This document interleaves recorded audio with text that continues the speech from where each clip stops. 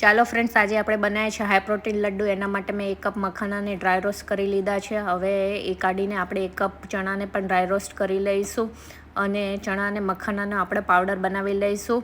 અને હવે એક પેનમાં ઘી ગરમ કરી એમાં આપણે બદામ લઈશું, 1 કપ જેટલી, અડધો કપ કાજુ લઈશું. એમાં આપણે પમ્પકિન સીડ, સનફ્લાવર સીડ, સફેદ તલ લઈશું અને અખરોટ લઈશું. આ બધી વસ્તુને ઘીમાં શેકી લઈશું અને પછી એનો પાવડર બનાવી લઈશું. હવે એક પેનમાં ઘી ગરમ કરી એમાં મખાના અને ચણાના પાવડરને આપણે રોસ્ટ કરી લઈશું.